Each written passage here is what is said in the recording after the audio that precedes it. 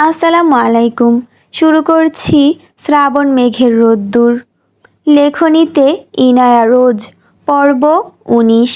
মেঘের হাতের বাঁধন ছাড়িয়ে গভীর মনোযোগে মেঘের শরীর থেকে এলোমেলো শাড়ির ভাঁজগুলো ঠিক করে দিতে লাগলো শ্রাবণ।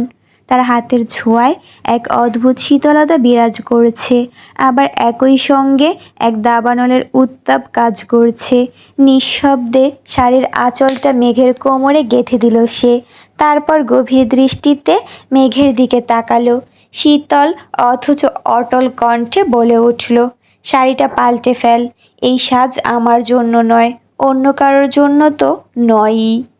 শ্রাবণের কথায় কিছু বলতে চাইল মেঘ, কিন্তু শ্রাবণের ভয়ানক চাহনি তাকে শব্দহীন করে দিল। যতই অস্বীকার করুক, শ্রাবণের ঊর্ধ্বে গিয়ে কিছু করার মতো সাধ্য মেঘের নেই। এই এক অমোঘ সত্য, যে সত্য থেকে পালানোরও কোনো উপায় নেই। মেঘকে নিশ্চুপ দাঁড়িয়ে থাকতে দেখে ধীর পায়ে এগিয়ে এসে মেঘের কপালে এক দীর্ঘ চুমু খেলো শ্রাবণ।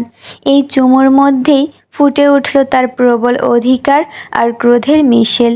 চুমু শেষে এক ঝড়ো শ্বাস নিয়ে পেছনে ঘুরল শ্রাবণ। মুখ ভর্তি তীব্র ক্রোধ, রাগ আর ক্ষোভ। এক ধাপ এগিয়ে আবারও থামল। এক দৃষ্টিতে মেঘের দিকে তাকিয়ে বলতে চাইল, মেঘকে কেবল তাকেই মানতে হবে, কারো জন্য নয়। শুধু শ্রাবণের জন্যই সাজতে হবে তাকে। কিন্তু কিছু না বলেই এক মুহূর্ত নীরব থাকলো শ্রাবণ। তারপর দরজা খুলে নিচের দিকে নামতে লাগলো। নিচে অপেক্ষমান পাত্রপক্ষের দিকে অগ্নি দৃষ্টিতে তাকিয়ে তার মধ্যে যেন ঝলসে উঠল এক প্রবল ঝড়, যার কোনোভাবেই চাপা দেওয়া সম্ভব নয়। শ্রাবণ ধীরে ধীরে সিঁড়ি দিয়ে নিচে নামতে লাগলো। প্রতিটি পদক্ষেপ এক একটা বজ্রপাতের পূর্বাভাস। তার চোখে রক্তিম আগুন, শিরায় উপশিরায় তীব্র ক্রোধের স্রোত বয়ে যাচ্ছে। হাতের আঙুলগুলো কুঁচকে উঠেছে। হাঁটতে হাঁটতেই সিঁড়ির পাশ থেকে মুঠোয় এক মোটা লাঠি তুলে নিল শ্রাবণ। নিচে নামতেই তার দৃষ্টি পড়ল বসার ঘরের দিকে। পাত্রপক্ষ এখনও সেখানে। কেউ কিছুটা হতবিহ্বল, আবার কেউ কিছুটা স্বাভাবিক ভঙ্গিতে বসে আছে। শ্রাবণের ঠোঁটের কোণে এক নির্মম হাসি ফুটে উঠল, যেন এই মুহূর্তেই এক ধ্বংসযজ্ঞ আসন্ন। এরপর কোনো আগাম বিপদ সংকেত ছাড়াই হঠাৎ বজ্রাঘাতের মতো লাঠি উঠল সপাত। তোরা কে রে? কার অনুমতিতে এই বাড়ির মেয়ের দিকে চোখ তোলার সাহস পেলি? আর একটা আঘাত, তারপর আরও একবার। আতঙ্কিত চিৎকারে পাত্রপক্ষ ছত্রভঙ্গ হতে চাইলে শ্রাবণ আরও ভয়ানক হয়ে উঠতে লাগলো। তার কণ্ঠে প্রবল গর্জন। মনে হচ্ছে এই মুহূর্তে তার সামনে দাঁড়ানোর দুঃসাহস কারো নেই। আর যদি একটাও পা রাখিস এই দোরগোড়ায়, তবে কেউ এই জায়গায় থাকবি না, আর কবরেও ঠাঁই পাবি না। একজন ছিটকে যেতে যেতে কিছু বলার চেষ্টা করতেই আরও এক আঘাত নেমে এলো তার বাহুতে। লাঠির বাড়িতে টেবিলের এক পাশ উল্টে গেল। চায়ের পেয়ালাগুলো করুণ শব্দে ভেঙে পড়তে লাগলো মেঝেতে। শ্রাবণ তীক্ষ্ণ চোখে তাকাতে তাকাতে ধীরে ধীরে নিঃশ্বাস গাঢ় হয়ে উঠেছে তার। অধিকার, রাগ, ভালোবাসা আর শাসনের এক চূড়ান্ত রূপ ফুটে উঠেছে তার প্রতিটি শিরায়। এই বাড়ির মেয়ের দিকে চোখ তোলার আগে 10 বার ভেবে নিবি। এখানে কেউ কারো মালিকানা ভাগ করে না। যার জন্য তোরা এসেছিস সে আমার, আমার অধিকার, আমার সম্পদ, আমার ফুল। পাত্রপক্ষ হতভম্ব হয়ে ছুটতে লাগলো দরজার দিকে, নিশ্চিত আর এক মুহূর্ত এখানে থাকলে কারো দেহে জান থাকবে না আর। এদিক সেদিক ছুটতে লাগলো সকলে। কেউ পড়ে যাচ্ছে, কেউ উল্টে পড়া সোফার গায়ে আটকে যাচ্ছে। কিন্তু শ্রাবণের চোখে এখনও সেই প্রলয় নৃত্য করছে, শুধু একজনের জন্য, কেবল তার ফুলের জন্য। পাত্রপক্ষকে দরজার বাইরে ছিটকে ফেলে দিয়ে শ্রাবণ দরজাটা প্রচণ্ড শব্দে বন্ধ করে দিল। তারপর এক গভীর শ্বাস নিয়ে কপালের ভাঁজ ঢেকে চোখ বন্ধ করলো এক মুহূর্তের জন্য। মেঘের প্রতি প্রবল টান তার, আর সেই এক গভীর দাবির স্পর্শ আবারও তার রক্তে দাউ দাউ করে জ্বলছে। এখন একটাই প্রশ্ন শ্রাবণের মাথায় ঘুরপাক খাচ্ছে, মেঘ কি বোঝে কি এই ক্রোধের পেছনে কতখানি ভালোবাসা লুকিয়ে আছে? বসার ঘরে মনে হচ্ছে এক ধ্বংসস্তূপ বয়ে গেছে। উল্টে যাওয়া চেয়ার, ভাঙা কাচের টুকরো আর আতঙ্কের ছায়া লেগে থাকা বাতাস, সব কিছুই যেন ঝড়ের পরে অবশিষ্ট এক যুদ্ধক্ষেত্র। পাত্রপক্ষ ইতিমধ্যেই পালিয়েছে, কিন্তু অগ্নিগর্ভ পরিবেশ এখনও স্থিমিত হয়নি। সিঁড়ির মাথায় দাঁড়িয়ে থাকা ফয়েজ আহমেদ এক দৃষ্টিতে চেয়ে আছেন শ্রাবণের দিকে। তার চোখে ক্রোধের ঝলকানি, মুখায়বের তীব্র তাচ্ছিল্যের রেখা। এক সময় ধীর অথচ দৃঢ় পদক্ষেপে তিনি শ্রাবণের সামনে এগিয়ে গেলেন। ঘর জুড়ে এক অদ্ভুত নীরবতা নেমে এলো ক্ষণিকেই, যেন আসন্ন ঝড়ের অপেক্ষা। চটাক এক প্রচণ্ড শব্দে যেন পুরো শান্তিনিকেতন কেঁপে উঠল। ফয়েজ আহমেদের হাতের চাপে শ্রাবণের মুখ একপাশে ঘুরে গেল। তীব্র জ্বলনি ছড়িয়ে পড়ল তার মুখ অবয়বে, কিন্তু এক পাও নড়ল না শ্রাবণ। প্রতিক্রিয়াহীন দাঁড়িয়ে রইল, মুখ শক্ত করে। বর্জ্যের মতো গর্জে উঠল ফয়েজ আহমেদ, কোন অধিকারে তুই আমার মেয়ের জীবন নিয়ে এমন করে খেলবি? এত সাহস কে দিয়েছে তোকে? ফয়েজ আহমেদের কণ্ঠে ধীরগতিতে মাথা তুলল শ্রাবণ। চোখে কোনো ভয় নেই, নেই কোনো অনুশোচনা। তার ভেতরে যেন একটা দহন চলছে, অথচ বাইরের আবরণ অভেদ্য পাথরের মতো। অধিকার? সেটা তো আপনি ভালো করেই জানেন। আমি যা করেছি সেটা আমার মেঘের জন্যই করেছি। আর কেউ যদি তার দিকে তাকানোর সাহস পায়, আমি বারবার ঠিক এভাবেই প্রতিক্রিয়া দেখাবো। অত্যন্ত নিম্নস্বরে কথাটি বলে উঠল শ্রাবণ। ফয়েজ আহমেদ ক্ষুব্ধ দৃষ্টিতে তাকিয়ে রইলেন তার দিকে। এই ছেলেটার চোখের ভাষা তিনি বোঝেন, কিন্তু স্বীকার করতে চান না। আক্রোশ আর অভিমানের এক সুনামি ফয়েজ আহমেদের ভেতর বয়ে চলছে, আর সেই ঢেউ আছড়ে পড়ছে শ্রাবণের বিরুদ্ধে। তুই আমার মেঘের কিছু নোস, কোনোদিন ছিলিও না, আর হবিও না। এক চূড়ান্ত ঘোষণা দিয়ে উঠলেন ফয়েজ আহমেদ। শ্রাবণের ঠোঁটের কোণে এক তিক্ত হাসি ফুটে উঠল, অথচ তার চোখের কোণে এক অমোঘ অন্ধকার ছড়িয়ে পড়ল। কিছুই বলল না সে, শুধু একবার চোখ তুলে সিঁড়ির দিকে তাকালো। সেখানে দাঁড়িয়ে আছে মেঘ, চোখে বিস্ময়, অবিশ্বাস আর অজানা এক অস্থিরতা। এতক্ষণ সব কিছুই দেখেছে সে। মেঘের দিকে তাকিয়ে আবারও এক মৃদু হাসির রেখা ফুটে উঠল শ্রাবণের ঠোঁটের কোণে। আর যাই হোক, শাড়ি পাল্টাতে ভুলেনি তার ফুল।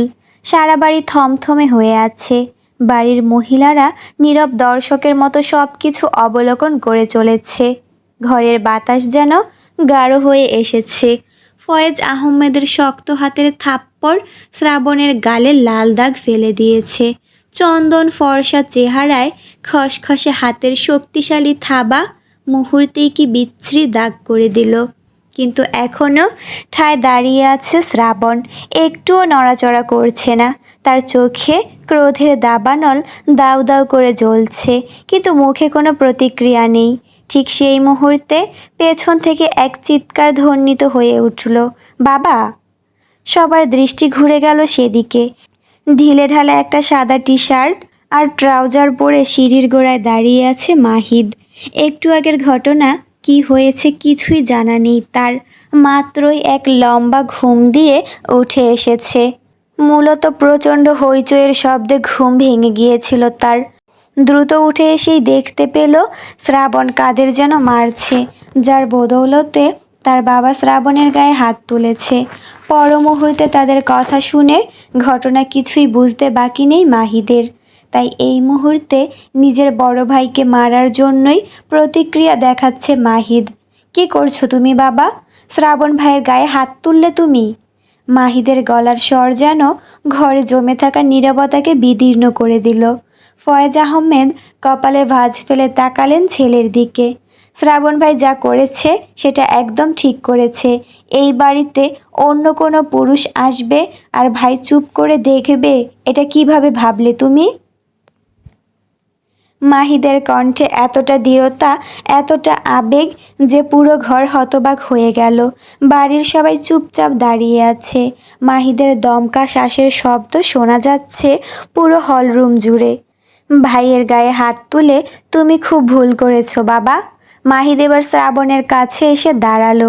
ছেলের দিকে তাকিয়ে গর্জে উঠলেন ফয়েজ আহমেদ, ভালো খারাপের সারমর্ম কি এখন আমার তোমার থেকে শিখতে হবে, নাকি ঠিক ভুল এখন তুমি আমাকে শিখাবে? ফয়েজ আহমেদের কথায় সারা ঘরে এক মুহূর্তের নিস্তব্ধতা নেমে এলো। শ্রাবণ এখনও ঠায় দাঁড়িয়ে আছে। ঠিক তখনই দরজার কাছে দাঁড়িয়ে থাকা আদিবা বিস্ফোরণের মতো চিৎকার করে উঠল, জেঠু তুমি এটা কি করলে? বিস্ফোরিত ক্রোধে জ্বলছে আদিবার চোখ জোড়া, বুক ওঠানামা করছে দ্রুত শ্বাসের সঙ্গে।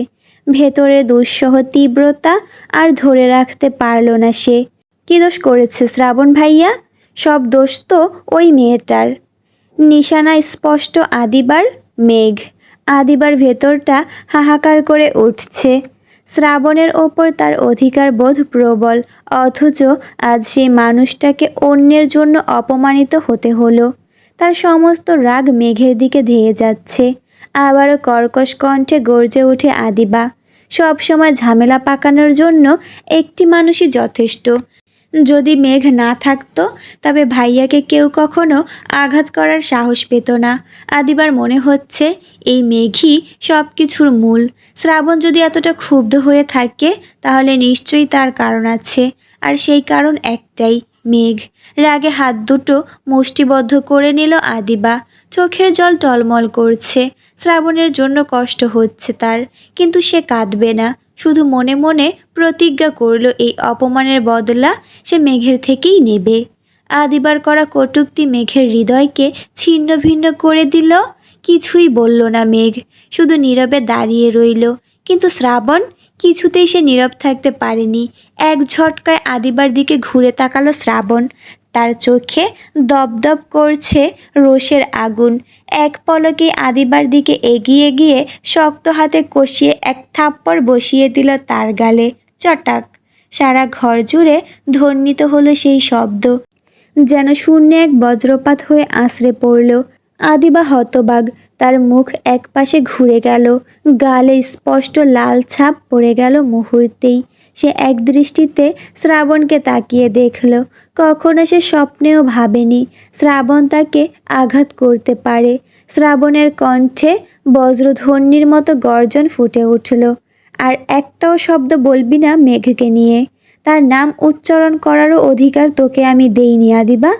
আর অপমান করা তো বহু দূরের কথা।